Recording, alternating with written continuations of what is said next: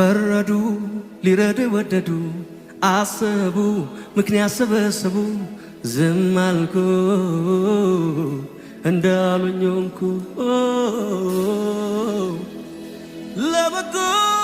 ነው ቢሉኝ አሜን ብዬ ቆምኩኝ አጥፍተሃል ቢሉኝ ማረኝ ማረኝ አልኩኝ ጠላት ነው ያሉኝ ለት ቆምኩኝ ለጦርነት ጠቆሙኝ አድነኝ አልተውኩኝ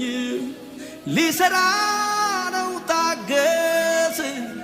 እሻልኩኝ ጥርሴን ነከስኩኝ እምነቴን አበረታው ቆምኩኝ በረታው ጸናው